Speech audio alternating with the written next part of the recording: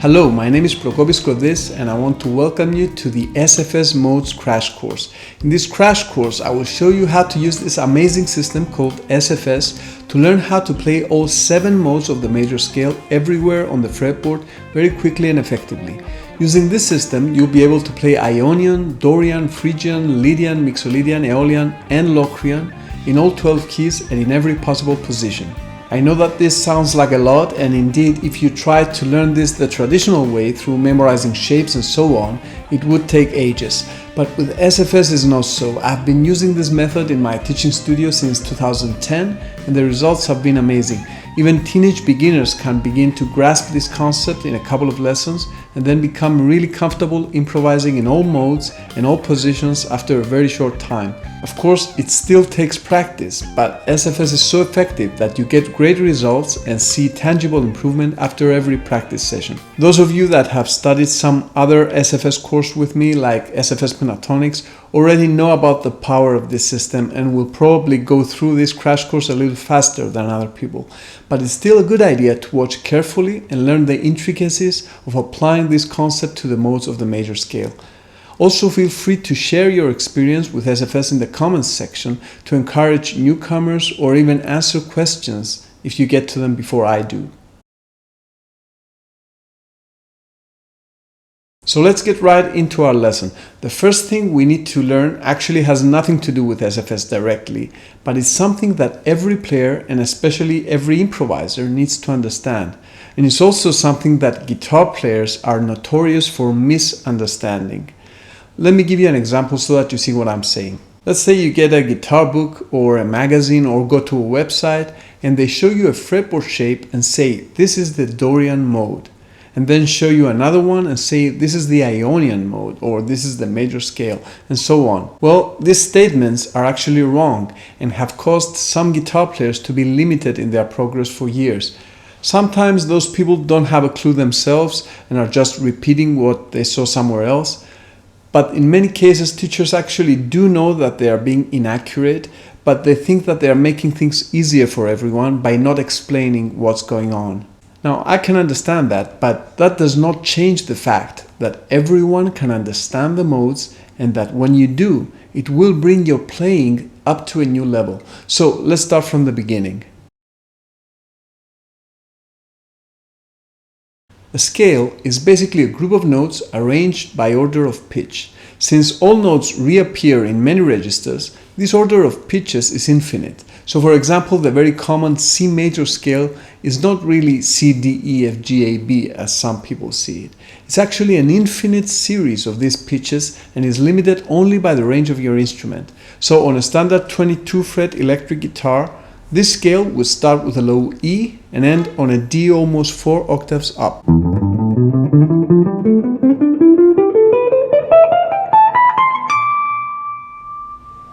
Now, because of the nature of the guitar, this scale can be played in a bunch of different ways. There are many paths on the fretboard that you can take to play all these notes. That's because the same exact notes appear in multiple places on the fretboard.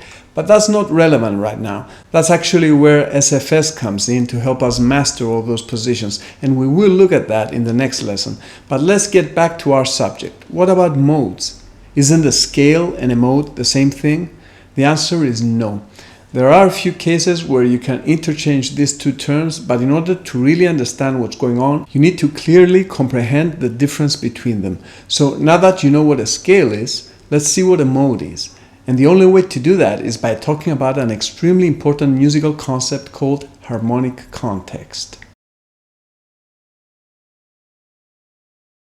Here is a single note.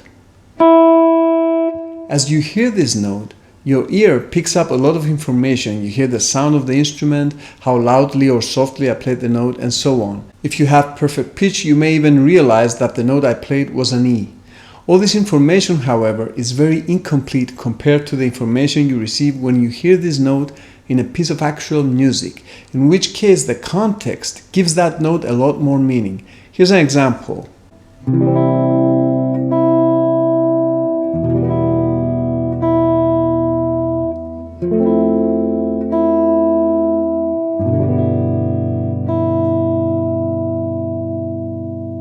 The same note acquires character and meaning because of the harmony, the chords that were played along with it.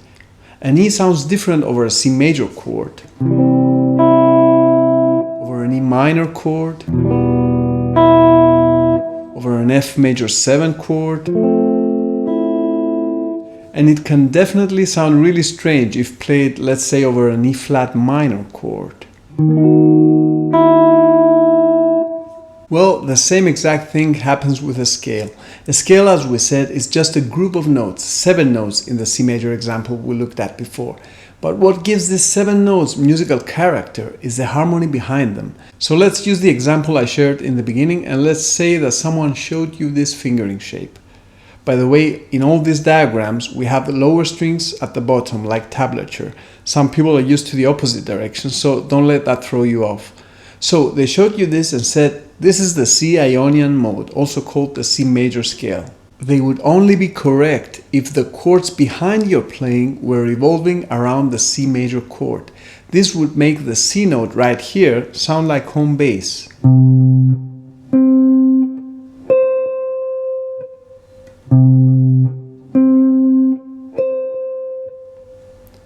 And this would indeed be the C Ionian mode, which is one of the modes of the C major scale. Here's a quick example of that. I will lay down a simple C major chord as a backing track, and then I will improvise using this exact shape. At the end, I will land on the C and play it a few times so that you hear how it does sound like home bass.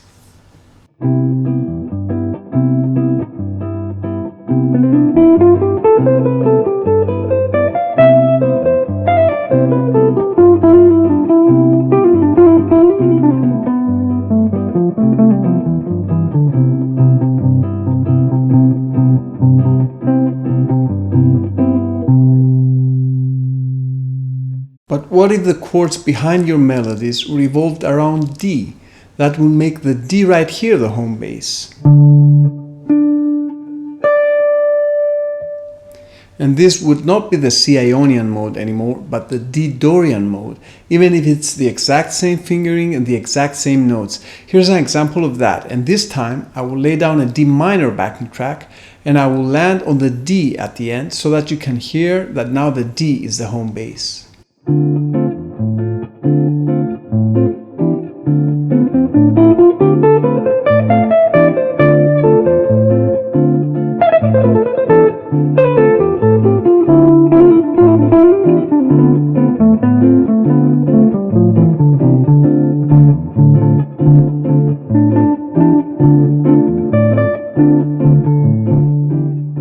So if we keep doing this for every note, we find out that the exact same fingering is not only C Ionian, but all 7 modes that are derived from the C major scale.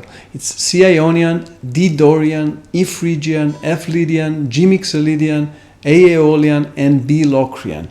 All 7 of them are made of the exact same notes and are therefore contained in every modal shape you learn, and not just in the one that happens to have its root note fall on your first finger. And in reality, even the name C major that is used for our mother scale is actually inaccurate. It's just that historically the Ionian mode, also called major, dominated classical music in an era where theory books began to be written, so they decided to name the scale based on that mode. That's why it's usually called the major scale. And when people number the modes, they usually start with Ionian as number 1 and count from there, which is fine for organizational purposes. But you should know that all 7 modes are equal, especially in modern music. A song can be written based on any of them. Of course, some modes are more common than others in certain musical styles, but they are all valid ways to play and use the major scale. Now, in order to experience this concept firsthand and understand it better, what you can do is use the backing track playlist on this page, which contains all 7 modes of the C major scale, and play this shape over all of them. In the beginning, just play through the shape a few times, but then try to do some improvisation and check to see how the modal root note is different for every track, even though the shape is exactly the same. We haven't learned how to construct fingerings using SFS yet, so that's why I have chosen this specific shape, which is one of the easiest to remember with conventional memorization. You actually don't even need to remember it to try this, just look at the diagram and play. In the next lesson, we will dive into the string fragment system and learn how you can construct these kinds of shapes on the fly without memorizing them. In lesson 2, we will do it using a single mode, Aeolian, in order to understand the system well first. Then in lesson 3, we will put to work what we learned today and play all modes in all positions and in all keys. But learning faster is not the only benefit of SFS. Your mind and your understanding get much more involved compared to when you're just memorizing shapes. As a result of this, it's an approach that promotes your development as a musician. It automatically trains your ears to control your playing and enables you to move your soloing easily to different fretboard areas. Whenever you see a guitar player that seems to move seamlessly all over the fretboard without being limited into box-type positions, chances are that they are using some kind of constructive approach like SFS and not memorizing shapes. When guitar players decide to learn the modes, usually they will be directed to look at a bunch of meaningless diagrams and instructed to just memorize them. This is definitely not what we'll do here, so if you dislike memorization, you're at the right place. Instead of dry memorization, we will understand how all scale shapes are constructed from the same simple string fragments and develop the skill to map them on the fly in any area of the fretboard. If you're not on the mailing list and you came here through Facebook or YouTube and so on, you can make sure you receive all the following lessons straight in your inbox by using the form below to sign up. Plus, you will get a bunch of EMP member gifts like 3 notes per string pentatonic speed patterns, fretboard memorization toolbox, and more.